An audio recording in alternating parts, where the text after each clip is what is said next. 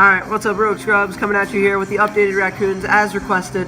It's been a little while. I actually had this profile already recorded, and then Charlie gave me the secret tech, and that was the Savagery, and I was able to win. I got 3rd place, which was pretty good. I pulled a Gumblar with my packs, and I got a nice new binder.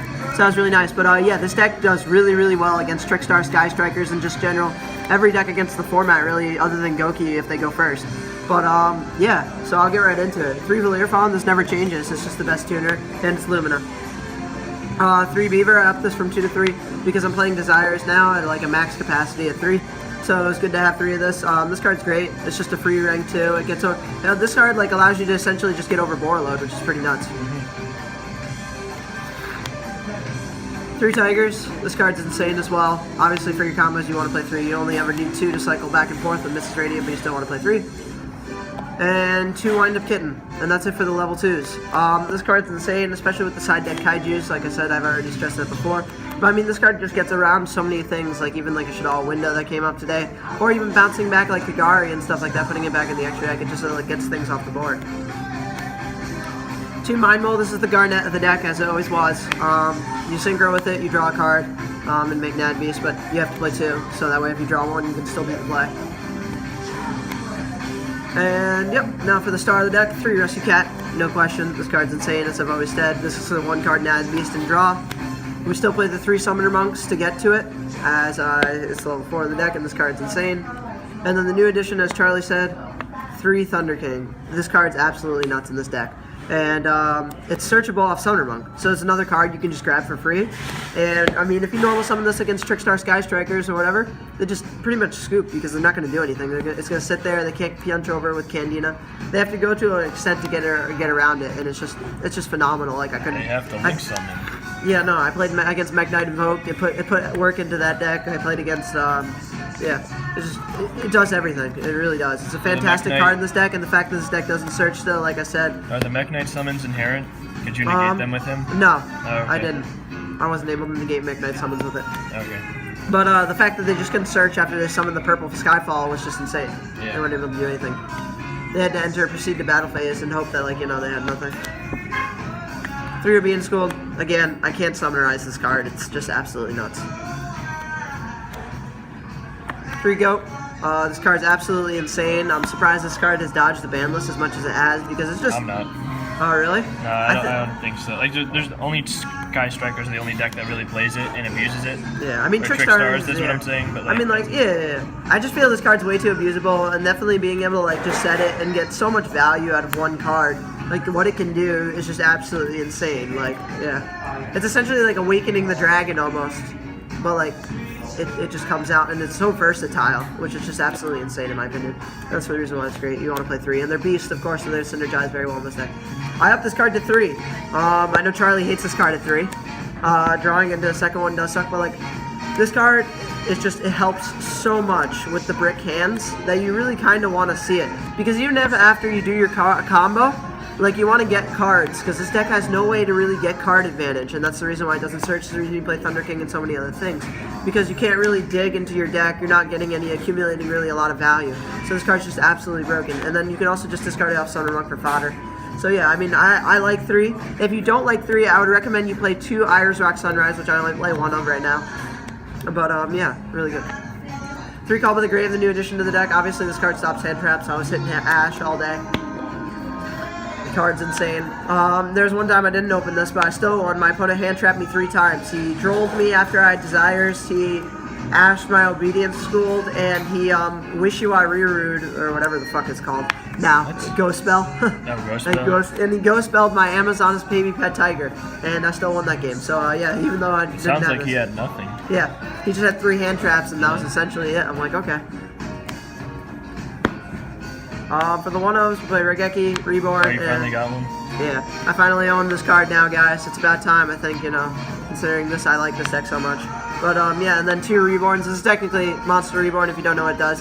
Target a beast, bring it back. All monsters lose 200 for every beast in your grave, your opponent's monsters, anyway. Like I said, if you don't like playing 3 Desires, you can definitely put it to 2 and play 2 of this card.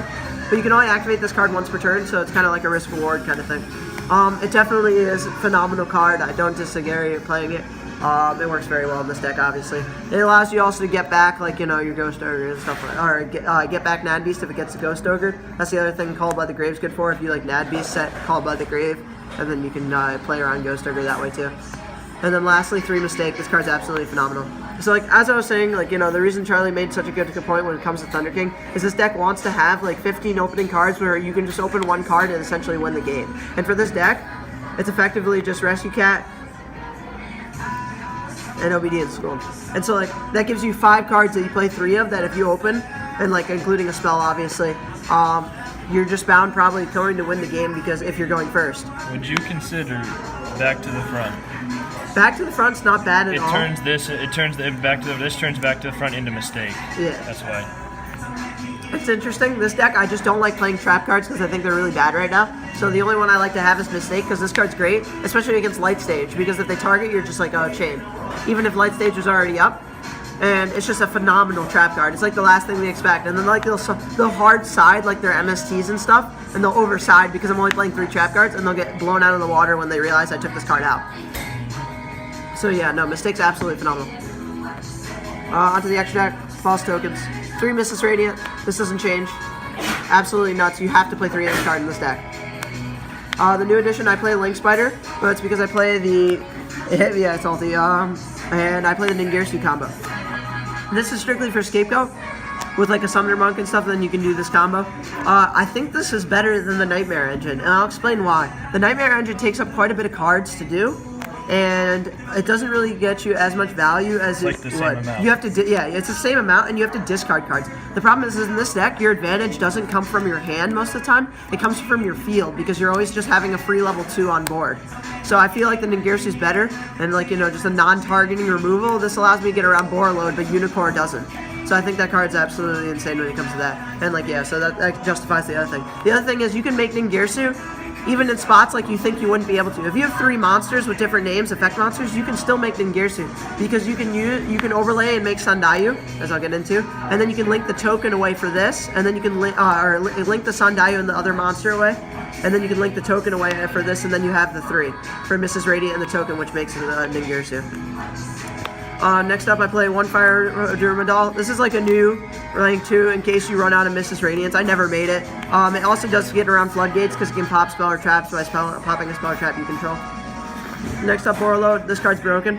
Charlie just let me borrow this for the profile because I was only playing 14 cards. 3 Sandayu, no question. And Sky Cavalry, this card's insane. This card outs Borreload as well. That's the reason I was saying Nimble Beaver can make this and then just smack Borreload. Because it doesn't target, it just bounce back. And even if they make you lose 500, you're going to take 1,000, but that's okay. And then 2 Nad Beast. Absolutely insane. You know, the second one does come up. I always thought about like taking it out for an extra card, but it comes up. Side deck, 2 Veilers. They come in like against Gouki really because that's going to really be your hardest matchup. And then I side the entire Kaiju engine as I was before.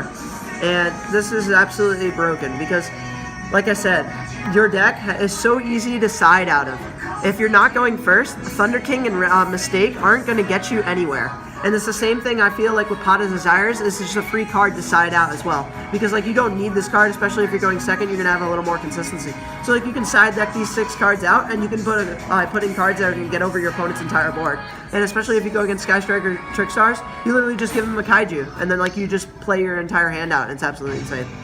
So yeah, they're really good. It's really easy just to swap these cards out. Same thing with the Thunder Kings.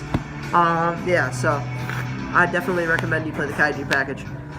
2 Twin Twister, fantastic against back rows. Help me out against Trickstar, Sky Striker when I go second. I don't really like back row. You can also play Red Reboot, but Sky Striker Trickstars play other things, so that's the reason why I had Twin Twister. And then lastly, I side deck 2 Mind Crush. You can definitely side deck this out for something better. I just didn't find out really at last minute what was going to be better. But yeah, so that's the deck profile. I've already showed the combo where you can end on Mrs. Radiant, Ronin, and Nad Beast, and it requires Obedience Schooled.